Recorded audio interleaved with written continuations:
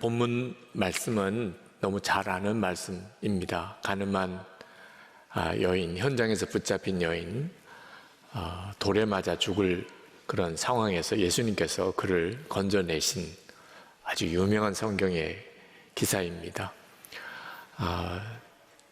이 본문으로 어떤 설교를 해야 될까 하고 깊이 생각하는 중에 지난 수요일 새벽기도 가려고 교회를 이렇게 올라오는데 갑자기 마음에 돌에 맞는 자의 자리에 서보라, 그런 마음이 아주 강하게 들었습니다.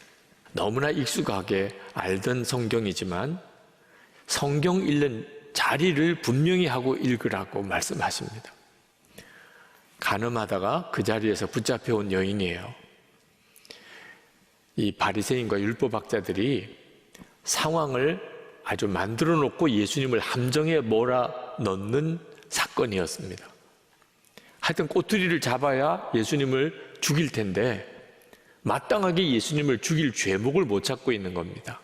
그래서 가늠하다가 현장에 붙잡힌 여인을 예수님 앞에 끌고 온 거예요. 어떻게 할 거냐? 예수님이 늘 말씀을 전할 때 죄인을 용서해라, 사랑하라, 그러면 이 여자도 용서하라, 사랑하라고 할 텐데 모세의 율법에 의하면 이렇게 가늠하다가 붙잡힌 사람은 돌로 쳐 죽이라고 했거든요. 근데 이 여자도 용서해라, 그러면 모세 율법을 어기는 거잖아요. 그리고 음행을 조장한다고 뒤집어 씌울 수도 있잖아요. 이런 아주 살벌한 분위기에 있었던 겁니다. 예수님도 그 상황을 아셨어요. 그렇지만 예수님은 자기를 죽이려고 올무를 놓는 상황이지만 그 상황을 저와 여러분, 이 성경을 읽는 모든 사람에게 도대체 죄에서 용서받는 구원의 은혜가 뭔지 그걸 우리에게 알려주고 싶으셨어요. 그래서 이 사건을 놀랍게 쓰시고 계십니다. 우리가 그저 예수님께서 율법학자들과 바리새인들을 아주 통쾌하게 그들을 아주 코가 납작하게 만들었다, 이런 스토리로만 성경을 읽는 것은 구경꾼의 입장에서 보니까 그런 거예요. 나하고나 실제적인 상황은 아무것도 관련이 없는 거죠. 그런데 예수님이 원하시는 것은 가늠하다가 현장에 붙잡힌 여인이 있는 그 자리가 저와 여러분이 서 있어야 될 자리라는 거예요. 그러면 주님을 바라보는 눈이 완전히 달라집니다. 정확하게 예수님은 나에게 어떤 분인지, 내가 받은 은혜가 뭔지 깨닫게 돼요. 실제로 우리는 내가 알고 지었든 모르고 지었든 사실 드러나기만 하면 얼굴 들고 있을 수 없을 만한 죄를 다 가지고 있는 사람입니다. 이제 이 죄가 다 드러나는 순간에 우리는 정말 기절하는 줄 알 거예요. 죄는 아주 흉악한 그런 죄목으로 교도소에 있는 사람들만 짓는 게 아닙니다. 멀쩡하게 그저 평범한 그런 삶을 살아가는 모든 사람도 다 사람들 앞에 드러내놓을 수 없는 그런 죄를 다 가지고 있어요. 가늠하다가 현장에 붙잡힌 여인이 얼마나 놀랬겠어요. 얼마나 부끄러웠겠어요. 근데 다 우리가 겪을 일이에요. 교회에서 이렇게 예배를 드리는 아주 경건한 그리스도인들도 똑같아요. 이사야 선지자가 성전에 들어가서 나라가 너무 걱정스러워 나라 위하여 기도하다가 그가 영안이 열려서 하나님을 만납니다. 근데 하나님을 만난 순간에 이 이사야 선지자가 기절하는 줄 알았어요. 자기 모습이 얼마나 더러운지. 화로다 나여 망하게 되었도다. 나는 입술이 부정한 사람이요 입술이 부정한 백성 중에 거하면서 만군의 여호와이신 왕을 배웠음이로다. 그는 자기 입을 부여잡고 성전에서 떼굴떼굴 굴렀어요. 나 이제 죽었구나. 그렇게 훌륭한 선지자예요. 제사장인데 나라 위에서 그는 걱정이지 자기 위해서는 걱정이 없었어요. 그런데 하나님을 딱 만나 뵙는 순간에 내가 그동안에 무슨 말을 하고 산 거야? 그게 그렇게 두려워서 꼬꾸라졌죠. 이것이 우리가 하나님 앞에서 겪을 일입니다. 신학교 다닐 때 어떤 친구가 저에게 그런 말을 하더라고요. 나는 너무 더러워. 그런데 너는 너무 깨끗하잖아. 제가 그 친구한테 무슨 그런 말을 다 하냐 그랬지만 속으로는 맞는 말이지 이런 생각이 들더라고요. 네. 아니 그럴 거면 왜 신학교 왔는지 모르겠어. 하여튼 신학생이면서도 어찌 그렇게 사는지 참 답답하더라고요. 본인이 그걸 아니까 다행이다. 저는 그렇게만 생각을 했죠. 그런데 제가 회심하는 날 그 일이 생각이 나요. 주님께서 그렇게 말씀하시는 것 같더라고. 그 친구는 정직한 친구다. 근데 너는 가증하다. 저는 모범생 같았지만 실제로는 완전히 바리새인 같이 겉하고 속하고가 다른 존재였더라고요. 저는 감추고 누르고 숨기고 그러고 살았어요. 그게 잘 사는 건 줄 알았습니다. 사람들 앞에서는 절대로 내 허물과 내 문제를 드러내지 않고 그렇게 사는 것이 그게 예수 믿는 사람, 목사의 아들, 그리고 신학생이고 전도사고 목사인 줄 알았어요. 겉으로는 웃지만 속으로는 울고, 겉으로는 착하지만 속으로는 악하고, 겉으로는 온유하지만 속으로는 성질이 많고, 겉으로는 인내하지만 속으로는 안달하고, 매일 그런 식으로 살았다. 그러나 사람이 어떻게 끝까지 사람을 속이고 삽니까? 결혼해서 제 아내를 그리고 아이들을 낳아서 아버지가 되고 보니까 나 자신을 속이고 살 길이 없어요. 요즘도 저에게 돌 던지는 사람들이 있습니다. 저를 잘 몰라서 오해해서 곡해해서 그런 경우가 대부분입니다. 그러나 변명하고 싶은 마음이 없어요. 진짜 제 이 육신적인 모습을 보고는 돌 안 던질 사람이 누가 있겠냐. 그런 마음이 드니까. 더 힘든 건, 다른 사람이 저에게 돌을 던지는 것보다 더 힘든 건 제가 저 자신에게 던지는 돌이에요. 저는 하나님 앞에 제가 설교해도 됩니까? 제가 설교할 자격이 있습니까? 설교할 자격이 없다고 느껴져요. 그래서 얼마나 하나님 앞에 내가 설교를 해도 되는지를 묻고 물었던 사람입니다. 그래서 저는 이 돌에 맞을 자리에 서 있는 이 여인의 심정이 이해가 되는 것 같아요. 그 두려움, 그 수치스러움, 그 절망감, 그 이해가 되더라. 그런데 더 놀라운 것은 그 자리에 서 보니까 주님이 정확하게 보이는 거예요. 예수님은 어떠신 분인가? 그게 정확하게 보이는 겁니다. 이 여인이 이제는 돌에 맞아 죽었구나 그러고 있는데 주님의 소리가 들려요. 주님의 말씀이 들려요. 주님 말씀하십니다. 너희 가운데서 죄가 없는 사람이 먼저 이 여자에게 돌을 던져라. 이 말씀을 듣고 그 바리새인들 율법학자들이 충격을 받았어요. 그런 말을 하실 줄 몰랐어요. 죄가 없는 자가 돌을 던지라. 그래서 나이 많은 사람부터. 왜 나이 많은 사람부터입니까? 오래 살았으니까 더 잘 알죠. 나는 돌 던질 자격이 없다. 나도 죄가 있어. 그 깨닫고 하나둘 돌을 내려놓고 가버렸다는 거잖아요. 그러나 가장 충격을 받은 사람은 그 여인이었을 거예요. 죄 없는 자가 먼저 돌로 치라. 그 말씀을 들을 때 그 말씀의 의미가 이해가 다 되지 않았겠지만 그는 갑자기 속에서 뭔가 확 치밀어 오르는 게 있었을 거예요. 그리고 주님께서 말씀하세요. 그 여인에게 나도 너를 정죄하지 않는다. 가서 이제부터 다시는 죄를 짓지 말아라. 저도 똑같은 의미의 주님의 말씀을 들은 것 같아요. 저는 밤새도록 울고 회개했어요. 정말 다 잊어버린 것 같은, 아무도 모를 것 같은 저만의 죄가 그날 밤에는 하나같이 다 생각이 나더라고요. 이 정도쯤 가정한 놈이면 버림받은 놈이죠. 그런데 주님은 용서하시고 저를 다시 쓰시겠다고 하시니 그때는요, 돌에 맞아도 좋겠더라고요. 사람들로부터 어떤 돌을 맞아도 상관없어요. 주님이 나를 용서하셨고 주님이 여전히 나를 사랑하신다면 그것으로 충분하더라. 그 가늠하다가 현장에 붙잡힌 여인도 똑같은 심정이었을 거예요. 뭐라고 설명할 수 없는 속에서부터 뜨거운 것이 확 일어났을 거예요.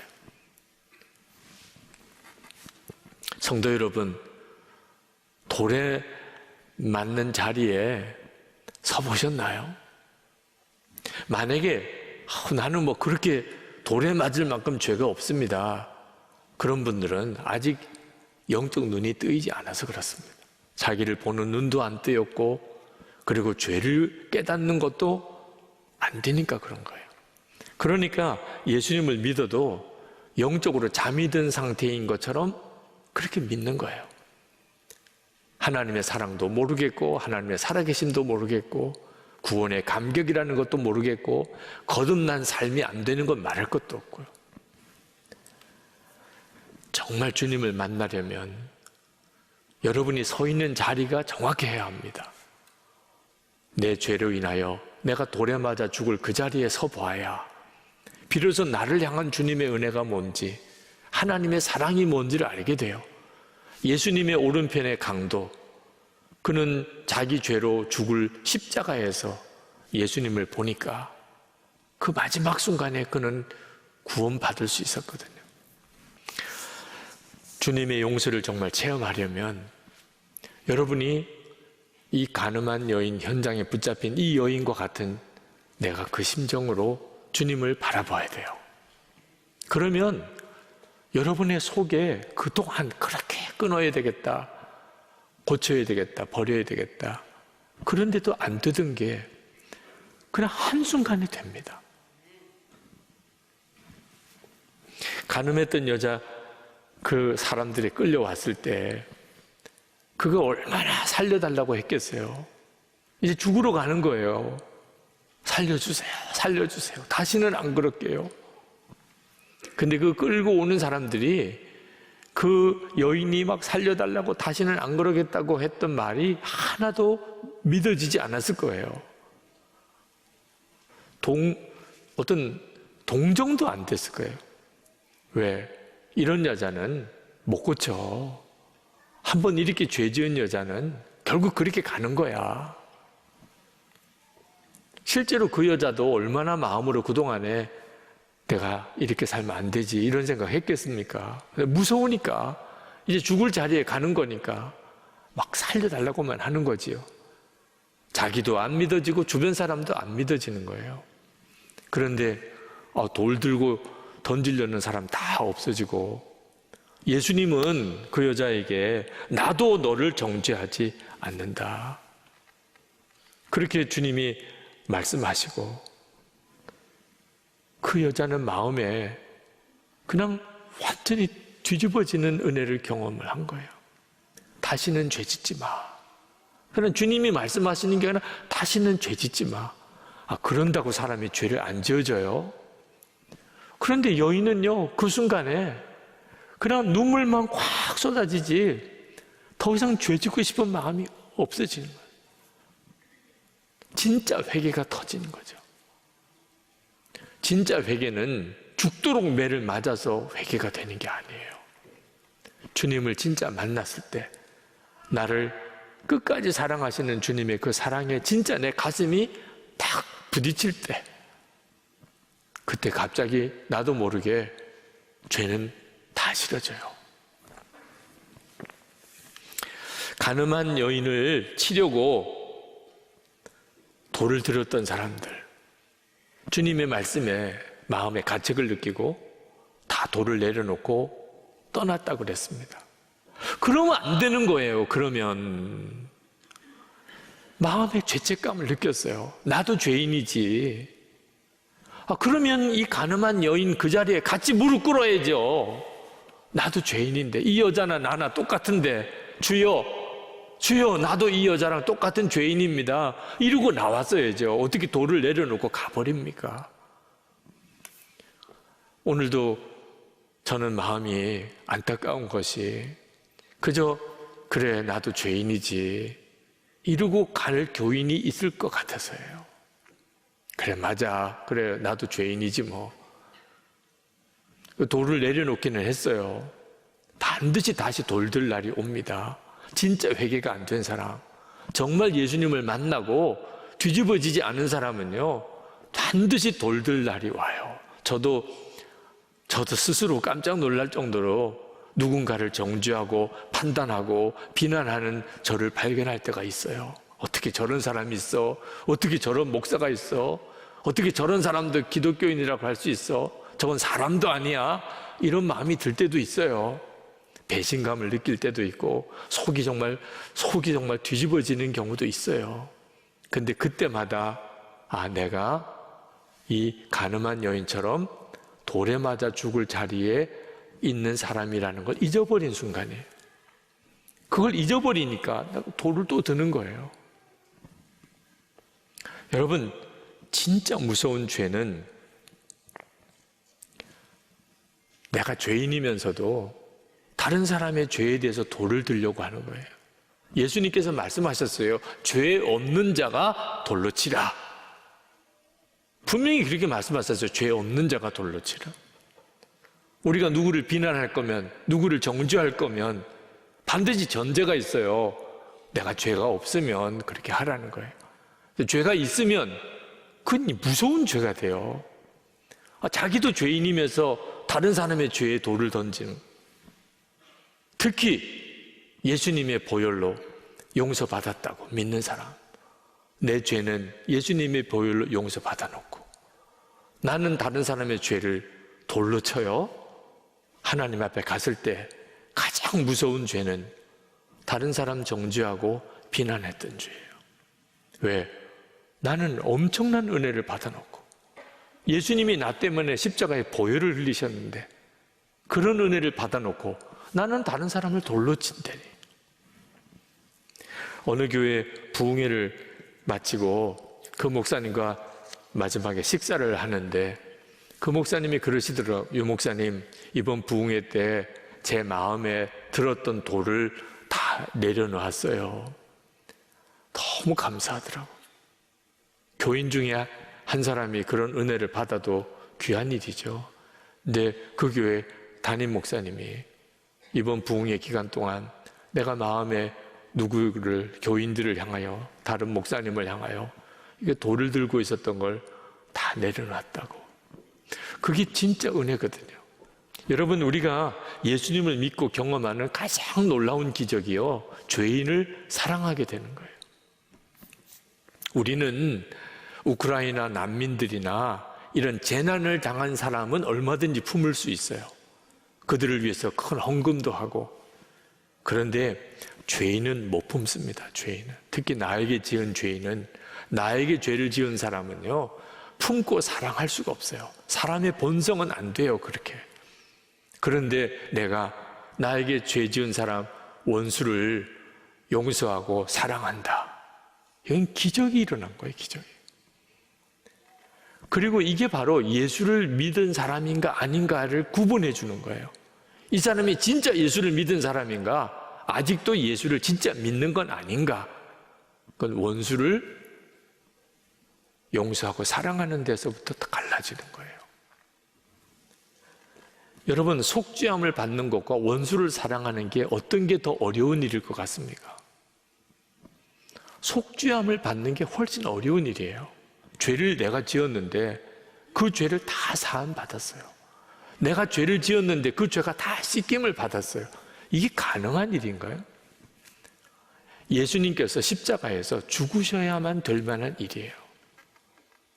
그런 속죄함을 우리가 받은 거라니까.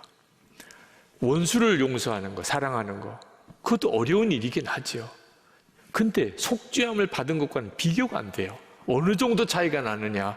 예수님께서 1만 달란트 탕감받은 자, 100데나리온 빚진 자 비유로 설명하셨어요. 하도 우리가 돈 계산에 밝으니까 아주 돈으로 계산을 해준 5조 원에 해당되는 빚과 1,000만 원 정도의 빚의 비교가 속죄함을 받은 은혜, 원수를 사랑하는 거, 둘 다 어렵지만 이건 차원이 다른 문제라는 거예요. 그런데 우리는 그런 속죄함의 은혜를 받았어요. 그런데 원수는 사랑을 못한대. 그건 딱 하나의 경우예요. 자기가 진짜 속죄함의 은혜를 누리고 있지 못하는 거예요. 그 받은 게 없으니까 내가 뭐 남에게 줄 것도 없는 거죠. 줄 게 없다는 거는 받은 게 없다는 뜻이죠. 돌에 맞는 자리에 서본 적이 없는 거예요. 그러니까 은혜를 경험을 못한 거죠. 간음했던 이 여인이 그 다음에 누군가를 정죄할 수 있었겠습니까? 상상이 안 돼요. 자기가 어떤 사람이었는데 누구를 정죄해요? 우리야말로 그렇습니다. 우리가 예수님의 십자가의 은혜로 용서받은 사람이에요. 우리가 누구를 도대체 비난할 수 있어요? 도대체 우리가 누구를, 예수님이 나 위에 죽으셔서 용서받았는데. 저는 이 가늠한 여인이 오히려 부럽기도 해요. 왜? 이제 뭐 다 감출 것도 없잖아요. 온 동네 다 소문났어요. 이제 뭐 다 공개된 이야기예요. 그러니 가늠한 여인이 뭐 누르고 참고 뭐 숨기고 그럴 게 뭐 있어요. 사람들 다 아는데. 그러니까 그 여인은요, 교만할 수도 없어요. 내가 다른 사람보다 수준이 높다, 뭐 이렇게 뭐 꾸밀 것도 없다니까요. 그리고 무엇보다 다른 사람한테 돌 던질 엄두도 못 내요. 근데 안타깝게도 많은 사람들이 이 자기 자신을 드러내지를 못합니다. 체면 때문에, 자기 위치 때문에.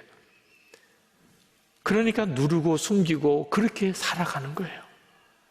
그러다가 다 은밀한 죄의 종로로 돼요. 부끄럽게는 생각해요. 근데 사람이 몰라. 그러면 여전히 또 그런 죄를 반복해요. 결국 하나님 앞에 갈 때 드러나요. 물론 마귀가 노립니다. 진짜 무서워요. 마귀가 우리가 은밀한 죄를 짓고 있는 거 마귀도 다 압니다. 내버려둬요. 결정적인 때 터뜨리려고. 그러나 죽을 때까지 자기 죄 드러나지 않고 죽은 사람도 있어요. 그런 사람들 보면 다행이다, 천만의 말씀입니다. 주님 앞에 가서 그거 다 드러났을 때 차라리 이 세상에서 드러나고 여기서 창피하고 여기서 부끄럽고 여기서 너무 괴롭고, 그래서 여기서 회개하고 돌이켰으면 그나마 다행이죠. 회개할 기회도 없이 죽었어요. 끝장이죠. 그 비참함은 말할 수가 없죠. 오늘 이 시간도 여러분 마음에, 주님, 제가 완전히 예전 삶을 청산하고 거듭난 삶 살기 원합니다. 그리고 이 간음하던 여인처럼 내가 돌에 맞는 그 자리에서 거기서 주님 바라보고 싶습니다. 주님 만나고 싶습니다. 정말 진심으로 원하고 정말 그게 기도 제목이신 분은 일어나시기 바랍니다. 주님을 만나기를 정말 원하십니다. 주님, 제가 진짜 주님 만나고 은혜의 삶을 살고 변화되기 원합니다. 오늘 주일 예배 시간이 워낙 짧으니 여기서 깊은 기도의 시간을 따로 못 가져도 여러분의 기도는 주님이 받으시는 걸 믿습니다. 반드시 주님께서 여러분을 개인적으로 만나 주시고 그리고 여러분의 인생을 바꾸는 역사를 주실 것입니다.